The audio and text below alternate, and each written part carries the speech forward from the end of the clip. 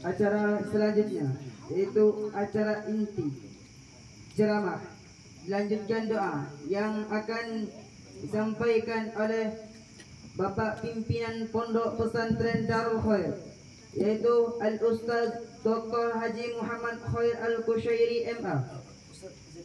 Kepada beliau kami persilahkan dengan segala hormat.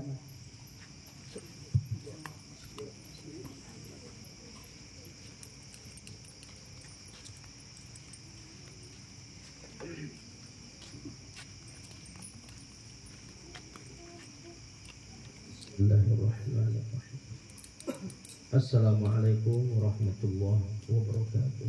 Waalaikumsalam warahmatullahi wabarakatuh. Alhamdulillahilladzi nahmaduhu wa nasta'inuhu wa nastaghfiruh wa na'udzu billahi min syururi anfusina wa min sayyiati a'malina may yahdihillahu fala mudilla lahu wa may yudlil falan tajida lahu waliyyan mursyida. Ashhadu an la ilaha illallah wahdahu la syarika lahu wa ashhadu anna Muhammadan abduhu wa rasuluhu la nabiyya ba'dah. Sama-sama kita muliakan tamu terhormat kita, orang tua kita dari Kampar jauh datang Pak ya. Mudah-mudahan kehadiran Bapak di pondok pesantren kita ini membawa berkah insyaallah. Amin. Ya rabbal alamin. Para asatizah. Ya, asatizah itu artinya ustadz dan ustazah. Kemarin Ustaz lihat tulisan di sini asatid dan asatizah. Itu salah besar. Ada hilang lah, tak ada lagi. Asatid itu jamak dari ustaz. Jadi kalau asatizah itu sebetulnya sudah mencakup ustaz dan ustazah. Tidak perlu. Kalau ustazah jamaknya ustazah. Kalau mau sebut ustazah ustaz. Kalau ustazah ya ustazah jamak. Ini tak usah sebut asatid ustaz, asatizah ustazah. Nah, itu keliru itu. Kurang tepat ya Ustaz. Ustaz Afizal, Ustaz Diki. Nah itu perlu tuh diperbaiki.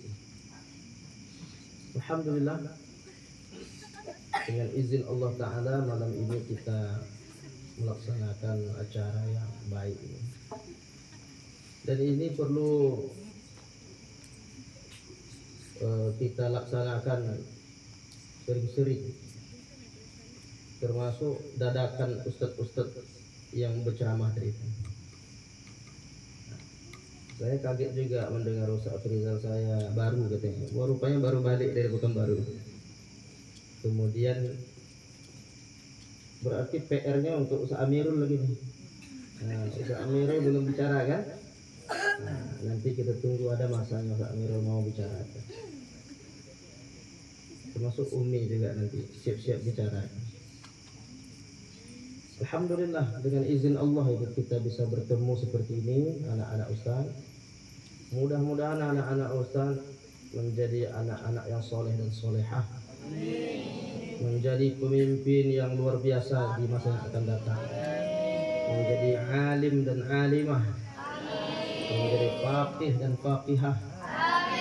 Intinya anak-anak Ustaz ini Ustaz doakan semoga menjadi anak-anak yang sukses dunia akhirat. Nah, acara Maulid Nabi seperti ini di mana-mana dilaksanakan. Tapi yang perlu ditangkap pesan-pesannya seperti mengapa kita Maulid. Itu harus ada jawabannya. Mengapa buat Maulid? Itu harus ada jawabannya. Terus pertanyaan berikutnya, apa dalil Maulid? Tadi sudah disinggung Ustazah Isra dengan Ustaz Zuhdi. Nah, itu satu tuh dalilnya tuh. Ditanyalah Rasulullah Sallallahu Alaihi Wasallam, mengapa engkau puasa hari Senin ya Rasulullah? Apa jawab Nabi? Dzaka yaum wulidtu fihi. Pada hari itu aku dilahirkan. Wulid wulidtu fihi, pada hari itu aku dilahirkan. Tapi kan ada juga ditanya, mengapa puasa Senin Kamis? Pada hari Senin dilahirkan. Tapi kalau puasa Senin Kamis apa jawabnya? Dzaka yaum turfa'ul a'mal. Pada hari Senin dan Kamis itu amal-amal hamba Allah diangkat di hadapan Allah. Yang kita lakukan ini kan luar biasa di pondok ini. Puasa Senin Kamis, mengamalkan sunnah Rasulullah. Itu yang disebut Ustaz Afrizal tadi. Ada sirah, surah, sarirah. Nah, itu penting. Jadi kita mengamalkan sunnah Rasulullah ini, berpuasa Senin Kamis, ternyata itu hari ketika amal kita diangkat di hadapan Allah. Wa an turfa'a a'mali wa uhibbu an turfa'a a'mali wa ana sha'im. Aku senang ketika amalku diangkat, saat itu aku dalam keadaan berpuasa. Jadi Nabi berpuasa Senin karena dia dilahirkan di hari Senin. Salah satu amalan yang dilakukan Nabi adalah puasa hari Senin. Apa sebabnya? Ingat lahirnya. Jadi Nabi itu memperingati lahirnya, mengingat lahirnya dengan ibadah. Lalu kata Imam As-Suyuti, ini cerita dalil nih, nanti anak-anak Ustaz ini perlu dalil ini. Kata Imam As-Suyuti, al-a'malu, amal-amal itu mutanawwi'ah. Amal-amal itu bermacam-macam. Di antaranya baca Quran dan berpuasa. Ada majelis ilmu. Nah, kalau yang dibuat oleh masyarakat kita Maulid Nabi ini majelis ilmu, ada sholawat. Itu sholawatnya tadi itu bagus kan? Tapi belum selesai itu. Nah, jadi tinggal dipoles-poles suara itu kalau bagus dengan penuh penghayatan. Jadi kalau kita bersolawat itu dengan penuh penghayatan, dia sampai ke hati. Tapi kalau sekedar baca ya, nah, sampai di situlah dia. Cukup dengan penghayatan. Sampai mana tadi itu solawatnya? Hah? Sayyidina Nabi.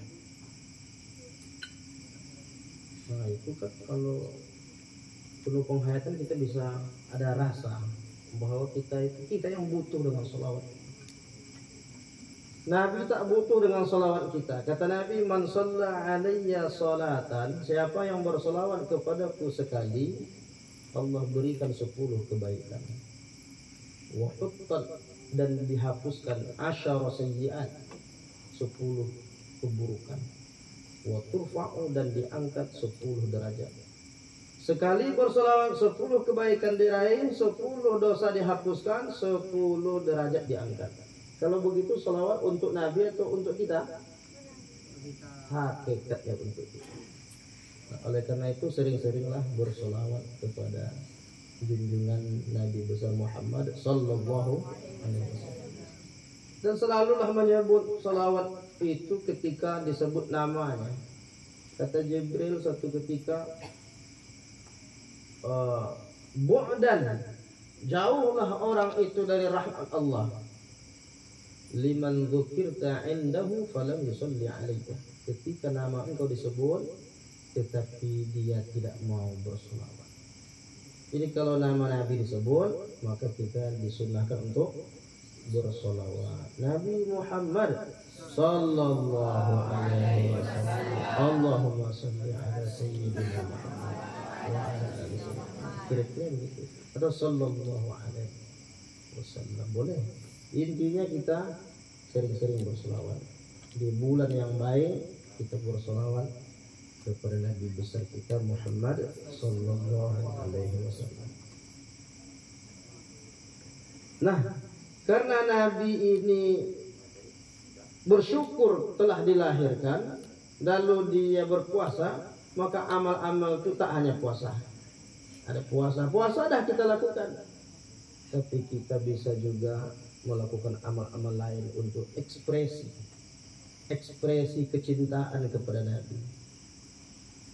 Jadi kalau syair-syair itu dihayati, itu kita ada rasa.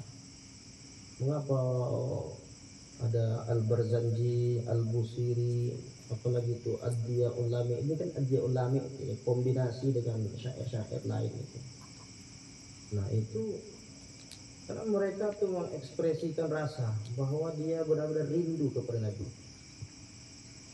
Bagaimana caranya saat bersolawat itu kita merasakan ada rasa? Maka ingat, ini pesan Ustaz.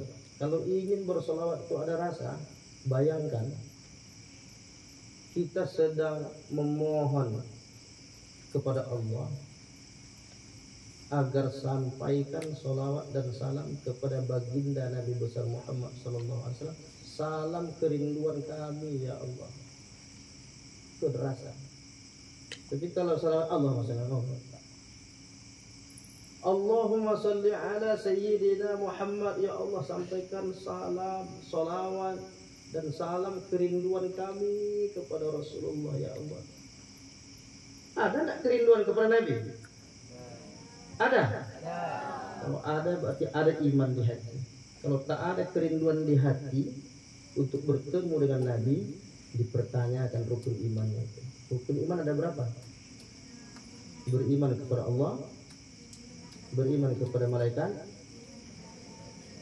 beriman kepada kitab, Rasul dulu atau kitab? Ini terserah lah.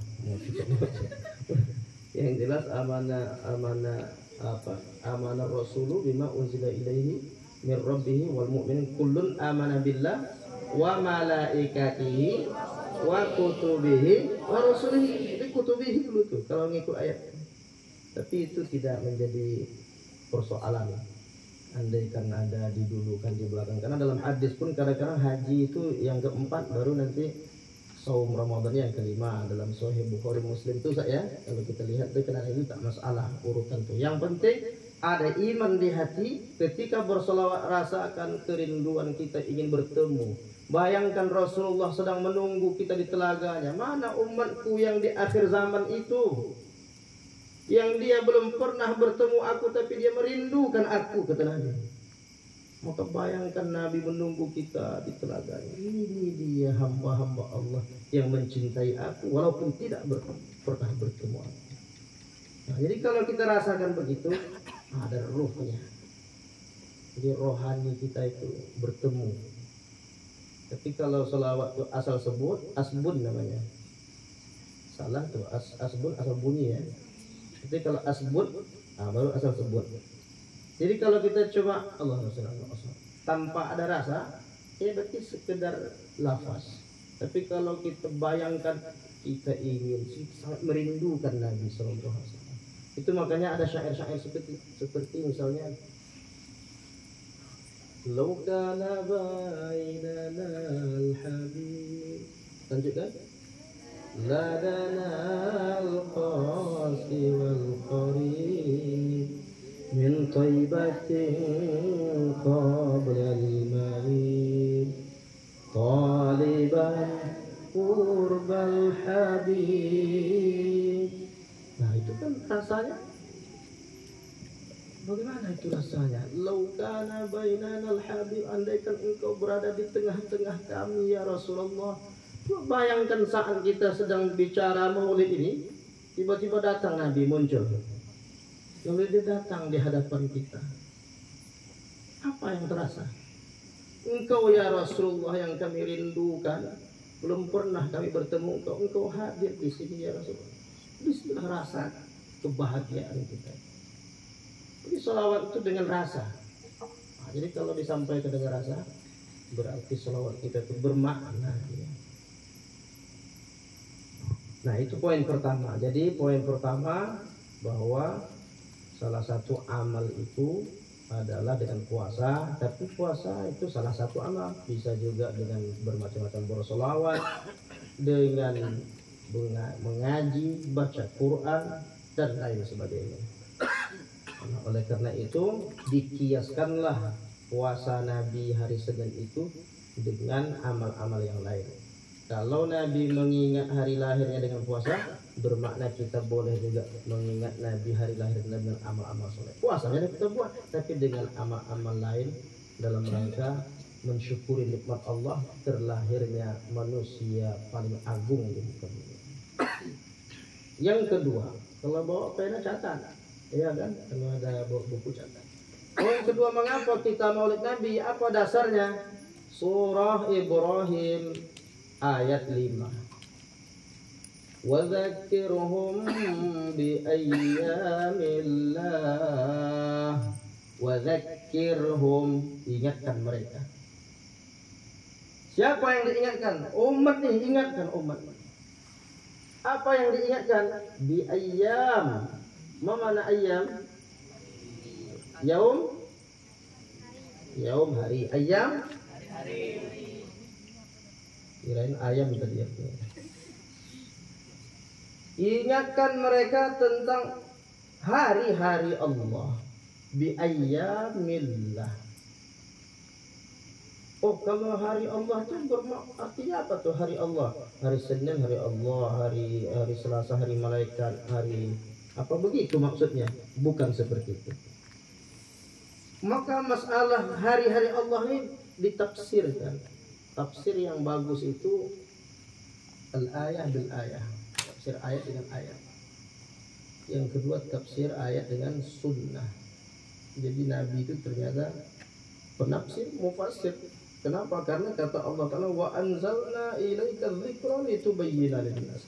Kami turunkan Quran ini kepada engkau wahai Muhammad sallallahu alaihi wasallam supaya engkau jelaskan kepada manusia. Ternyata Nabi pernah memberikan penjelasan tentang ayat 5 surah Ibrahim. Surah apa? Ayat? Bunyinya? Apa tadi? Yang cuplikannya. Wa dzakirhum bi ayyamillah. Ulangi sama-sama. Wa dzakirhum bi ayyamillah. Ingatkan mereka dengan hari-hari Allah, tentang hari-hari Allah. Ingatkan umat ini tentang hari-hari Allah. Kata Nabi, yang dimaksud ayyamillah bi ni'amillah, dengan nikmat-nikmat Allah. Terus kata Imam As-Suyuti, banyak ulama, ada Imam Syamsuddin Ad-Dimashqi, ada Imam As-Suyuti rahimahullahu taala, ada Imam An-Nawawi rahimahullah. Banyak ulama memberikan penjelasannya tentang ini. Yang dimaksud dengan hari-hari Allah adalah nikmat-nikmat Allah. Wa ayyu ni'matin a'zamu. Adakah nikmat yang lebih agung, yang lebih besar? Biburuzi hadzal nabiyyir rahmah. Adakah nikmat lebih besar dari nikmat dilahirkannya Nabi Muhammad sallallahu alaihi wasallam sebagai pembawa rahmat untuk semesta alam? Makanya ada ayat wa ma arsalnaka illa rahmatan lil alamin. Kami pembawa rahmat. Adakah nikmat yang lebih besar dari nikmat dilahirkannya Nabi besar Muhammad sallallahu alaihi wasallam? Seluruh alam semesta ini senang dengan kehadiran Nabi. Binatang, tumbuhan, semua makhluk Allah itu senang dengan dilahirkannya Nabi. Dulu sebelum Nabi lahir biasa-biasa saja. Setelah Nabi lahir semua alam semesta ini senang. Termasuklah hewan-hewan, tumbuh-tumbuhan. Bagaimana tidak ketika hewan-hewan itu ketika akan disembelih lalu disuruh Nabi sembelihlah dengan pisau tajam. Boleh jadi dulu orang kalau mau menyembelih sembelih pakai kukunya tajam. Sembelih pakai tulang iga. Sembelih pakai sesuatu yang menyiksa. Tapi datang Nabi, innallaha katabal ihsan. Sesungguhnya Allah mewajibkan, menetapkan ihsan. Siapa yang mau membunuh, kata Nabi, bunuhlah dengan baik. Kalau mau menyembelih, wal yuhidda syafiratahu, tajamkan pisaunya. wal yurih dzabihatahu, buat sembelihan itu mati dalam keadaan tenang, nyaman. Kemudian pastikan bahwa hewan itu benar-benar tidak dalam keadaan tersiksa. Gimana caranya membuat hewan itu tidak tersiksa? Pastikan pisaunya tajam. Kemudian tadi ada ketentuannya, itu sebut nama Allah. Kemudian tidak menzalimi, menganiaya. Termasuk juga adab-adab kita itu. Ketika menyembelih tidak memperlihatkan binatang sembelihan itu kepada binatang yang lain. Kadang-kadang tuh pas kurban tuh kan boleh jadi orang di sini sapinya disembelih, di depan tuh sapi pula. Ditengoknya kawannya sedang sakaratul maut. Nah, itu kan adab-adab menyembelih. Sampai seperti itu Nabi mengajarkan kita berakhlak kepada hewan. Kalau kepada binatang saja kita beradab, bagaimana kepada manusia? Dan apalagi dia hamba-hamba Allah, orang-orang yang beragama Islam. Itulah kita lebih beradab lagi. Nah, seperti itu diajarkan kepada kita. Dan Rasulullah itu memang benar-benar membawa rahmat bagi alam semesta. La yaqulanna ahadukum fi juhrin, jangan kalian kencing dalam lubang tanah. Ingat ya, masuk ke semak-semak itu nampak lubang, buang air kecil pula situ. Toilet sebanyak-banyaknya buang air kecil ke hutan itu, nampak lubang. Tak boleh, dilarang Nabi. La yaqulanna fi juhrin. Kenapa tak boleh? Innaha masakinul jin. Sesungguhnya lubang-lubang di tanah itu tempat tinggalnya jin. Kalau tak percaya tanya sama Ustaz Aprizal. Iya kan? Tempat tinggal jin. Tak boleh mengencingi lubang. Nah, oleh karena itu, nah itulah yang dimaksud. Kenapa? Yang kedua, boleh jadi di dalamnya ada serangga. Ada binatang di dalam, ada hewan yang kalau kita kencingi tentulah dia terzalimi. Iya dah. Apalagi dia sedang mengadakan maulid Nabi di dalam itu. Oh, kita kencingi pula, zalim kita itu. Banjir kan? Habis kue-kue bakwan tak jadi dimakan kan? Jangan sampai kita zalim. Apa maknanya? Binatang semut-semut itu pun bersyukur dengan kehadiran Nabi. Kenapa kata Nabi jangan engkau kencingi lubang di tanah? Akhirnya mereka bersyukur. Diatur oleh Nabi, orang-orang tak boleh zalim kepada binatang. Nah, itu menunjukkan bahwa kehadiran Nabi itu benar-benar membawa rahmat. Kepada hewan tak boleh zalim, apalagi kepada kawan. Menyembelih tadi pun itu tak boleh mengasahnya di depan kambing. Ada dulu sahabat Nabi dibawanya kambing, habis itu diinjaknya lehernya, diasahnya pisau itu di depan kambing. Datang Nabi, hai kamu, kata Nabi, aturidu antumitaha mautatin, apakah engkau ingin buat kambing ini mati berulang kali? Nabi marah kepada sahabat. Kenapa? Karena dia menakut-nakuti kambing, menteror kambing. Kejap lagi putus leher kau, kejap lagi putus leher kau. Menakut-nakuti kambing. Kalau menteror kambing tak boleh, apalagi menteror kawannya, apalagi menteror ustaz. Itu parah tuh. Ustaz pula diterornya. Itu akhlak antum dosa. Di sini kita diajarkan bagaimana berakhlak kepada orang tua, berakhlak kepada guru, asatizah lah. Nanti disebut asatizah, sebutnya ustaz laki-laki ya. Asatizah dah masuk laki-laki dan perempuan. Maksudnya asatizah itu ustaz dan ustazah. Nah, itu pentingnya kita untuk mengadakan maulid Nabi. Kita merasakan bahwa Nabi itu memang segala-galanya. Makanya syair-syair itu cuma jangan diartikan segala-galanya ini melebihi Allah. Itu salah juga. Ada orang yang salah paham dengan syair-syair itu. Itu kan ekspresi itu syair-syair apa ada Al-Barzanji ada, itu kan bagus tuh maknanya. Kita kalau mau nanti Ustaz syair-syair itu kita pelajari. Abtadi'ul imla bismidzatil aliyah mustadirran faydul barakati ma ana lahu wa aulah. Itu Pak Zizi itu bagus tuh kalau bersyair gitu. Nanti suatu ketika kita minta Pak Zizi melatih nanti kan. Nah, itu syair Al-Barzanji itu.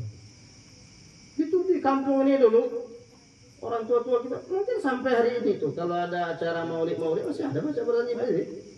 Masih ada kan? Masih ya? Nah, itu apa tuh bacanya lagi tuh? Wa uthanni, oh hafal Ustazah rupanya. Kalau Ustazah hafal tak jadilah saya lanjutkan lagi. Nah itu bagus saya ajarkan anak-anak nanti. Dan itu maknanya bagus sekali. Abtadi'ul imla, aku memulai tulisan ini. Bismidzatil aliyah, dengan isim, dengan nama zat engkau yang maha tinggi. Dia kan sedang bercerita, tapi dia menceritakan tentang kelahiran Rasulullah SAW. Imam Al-Barzanji itu nama ulama itu. Nanti kita sebut Barzanji apa? Syair-syair itu namanya, tetapi menjadi nama sebutan untuk syairnya. Coba lanjutkan lagi tuh, biar sama-sama kita baca. Apa lagi? Siap-siap tuh hadrah. Kita selesaikan sampai mahalul qiyam. Habis itu kita selesaikan. Intinya kita sedang bergembira dengan kelahiran Rasulullah SAW. Berharap kita mendapatkan syafaatnya di yaumil akhir nanti. Amin. Ya Rabbal alamin.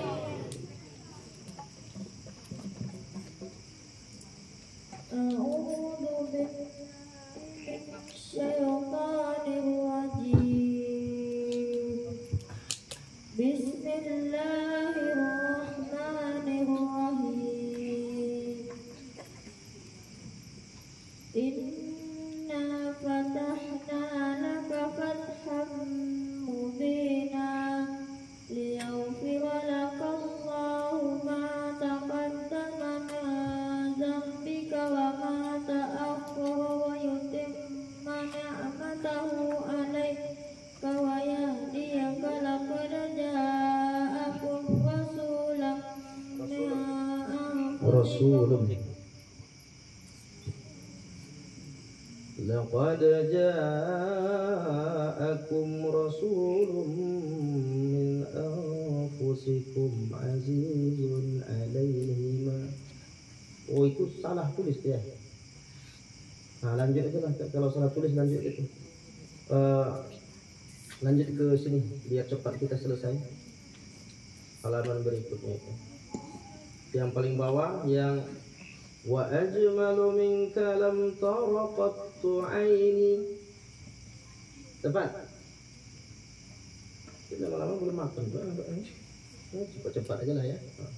Wa ajmalu minka lam tara qattu aini. Tuh. Wa ahsana minka lam talidil nisa'u. Khuliqta mubar wa amma kulli aibin. Ya harus ada yang melatih nanti ya. Harus ada pelatih. Langsung komarun. Tuh langsung siap-siap. Bawahnya itu komarun bawahnya. Qaf